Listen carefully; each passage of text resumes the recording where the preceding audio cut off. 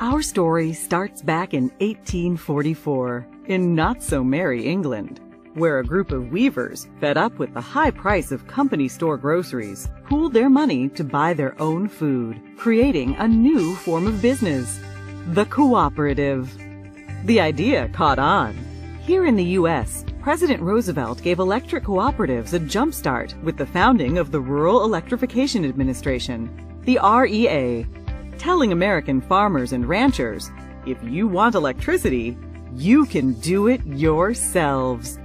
And they did.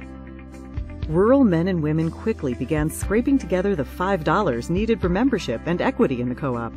Up went the poles and wire and lines to bring rural folks what they so desperately needed: power. Soon, electric cooperatives popped up all across the country, transforming the way of life in rural America. Today, there are more than 900 electric co-ops in the U.S., bringing electricity to some 42 million Americans. So how do cooperatives work? First off, cooperatives are not for profit. Money comes in from members when they pay their electric bills. Money goes out to pay co-op expenses.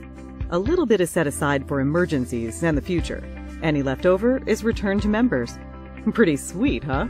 But it's not just about the money. Co-ops exist only to serve their members. They have a unique set of cooperative principles. All may join, regardless of race or gender or creed. That's the first principle of cooperatives: voluntary and open membership. Members vote for their directors to lead their co-op. They vote yay or nay on big issues. Majority rules. That's the principle of democratic member control. Everyone pays a little money to become a member. An owner. We call that principle participating economically. Cooperatives believe and invest in education, training, and information. That makes them smart and sets them apart. Cooperatives stand on their own two legs. Decisions are made locally for local people. We call that principle autonomy and independence. But cooperatives also work together. They join forces to restore outages after storms, get financing, do research, and speak up in the halls of government. We call this hallowed principle cooperation among cooperatives. It's what makes us strong. And co-ops have a heart, a big heart. They help kids and industries and communities to grow. They give to hospitals and fire stations, ballparks and businesses. Cooperatives deeply demonstrate this principle: concern for community. Community. Community's a cool concept. Communities are just groups of people. And that is the cooperative's secret ingredient.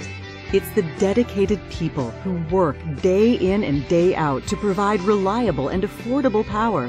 It's the elected people who shape the policies and tackle the big issues.